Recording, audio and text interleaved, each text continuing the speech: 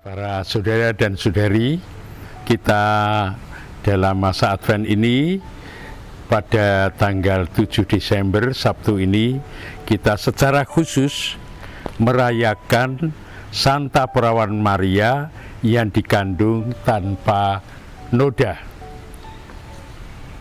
Dalam nama Bapa, Putra dan Roh Kudus. Amin. Bapa yang Maha Pengasih, Maha Penyayang, sebagai jemaat Katolik, kami telah Kau beri model, contoh, teladan utama untuk ikut Putramu Yesus, mengikuti Engkau dan bimbingan Roh Kudus dengan contoh Bunda Maria yang dikandung tanpa noda. Perkenankan kami boleh memahami kemurnian Bunda Maria dalam Kristus Tuhan dan pengantara kami. Amin. Dan Roh Kudus. Amin. Santo Lukas mengisahkan, dalam bulan yang ke-6, Allah menyuruh malaikat Gabriel pergi ke sebuah kota di Galilea bernama Nazaret, kepada seorang perawan yang bertunangan dengan seorang bernama Yusuf dari keluarga Daud. Nama perawan itu Maria. Ketika malaikat itu masuk ke rumah Maria, ia berkata, "Salam, hai engkau yang dikaruniai, Tuhan menyertai engkau." Maria terkejut mendengar perkataan itu, lalu bertanya dalam hatinya, apakah arti salam itu? Kata malaikat itu kepadanya, "Jangan takut, hai Maria, sebab engkau beroleh kasih karunia di hadapan Allah. Sesungguhnya engkau akan mengandung dan akan melahirkan seorang anak laki-laki, dan hendaklah engkau menamai dia Yesus.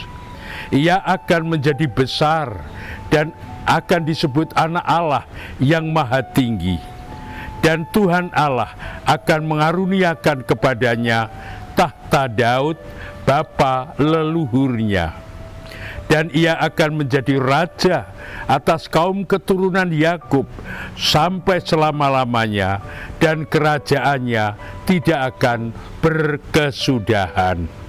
Kata Maria kepada malaikat itu, "Bagaimana hal itu mungkin terjadi, karena aku belum bersuami?"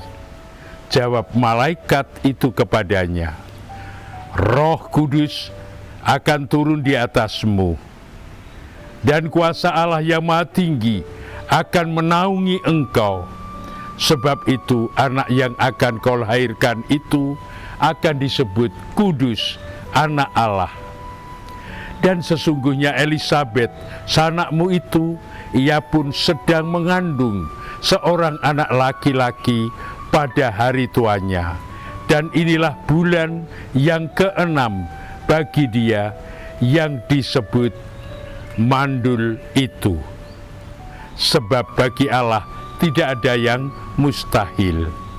Kata Maria, "Sesungguhnya aku ini adalah hamba Tuhan, jadilah padaku menurut perkataanmu itu."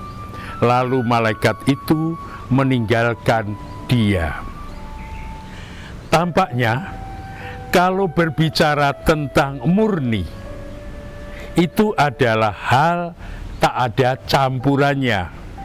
Yang murni itu asli, belum kena apapun yang mengubah, bahkan merusak. Kalau berbicara tentang manusia, orang yang murni itu disebut tanpa noda. Secara keagamaan dia dapat menjaga diri sehingga tidak melakukan dosa.